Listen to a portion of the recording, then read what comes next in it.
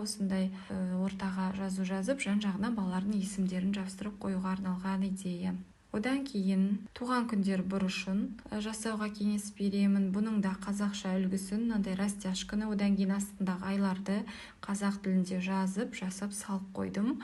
Оны да кішігірім бір бұрышқа әдемілеп безендіріп қойсаңыз болады. Үстіне туған күннің мен деген жазу, растяжка, астына айлар, айлардың ішіне сол айда туған күн иесінің есімін жазып қоясыз. Одан кейін аффирмация станциясы.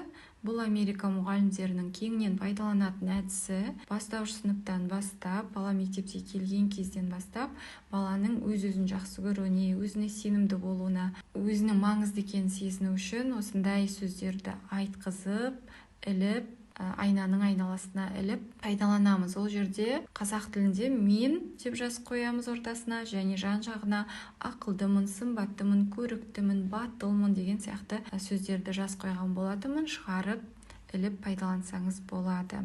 Бұл мысалы 5, 6, 7 сыныпта балалардың өзіне деген сенімділігі азаяды, өзінің кемшіліктерін көре бастайды, комплекстері пайда болады, өзін басқалармен салыстырады. Соның алдын алу үшін бастауыш сыныптан бастап Америка мектептерінде балаларға өзіне деген сенімділікті, өзін жақсы көруді үйрету мақсатында пайдаланатын әдісі. Яғни жоғары сыныпқа өтпелі кезеңге келгенде бала кемшіліктерінен көрі өзінің жақсылығын көріп, өзін жақсы көріп үйреніп келеді.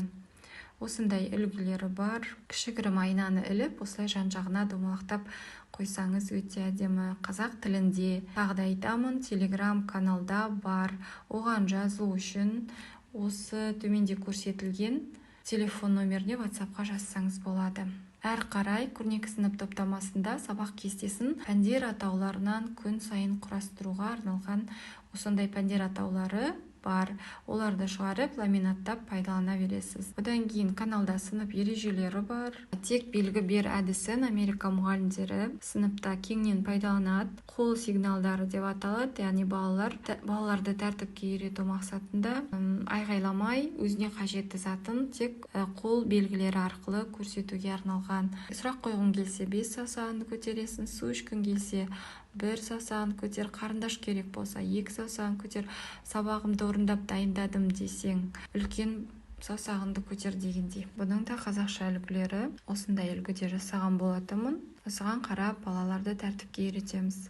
Келесі мотивациялық постерлар, қанатты сөздер, нақыл сөздер, мектепке, білім алуға қатысты, мейірімділікке қатысты, ұйымшылдыққа қатысты әдемі сөздерді жазып, осылай бір дизайнда постерлар дайындаған болатынмын.